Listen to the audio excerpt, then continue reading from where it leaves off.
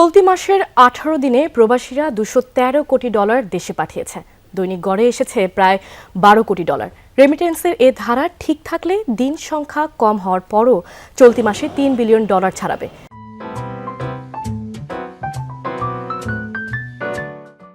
এর আগে গত ডিসেম্বর ও জানুয়ারি পরপর 2 মাস $3 বিলিয়নেরও বেশি রেমিটেন্স এসেছে।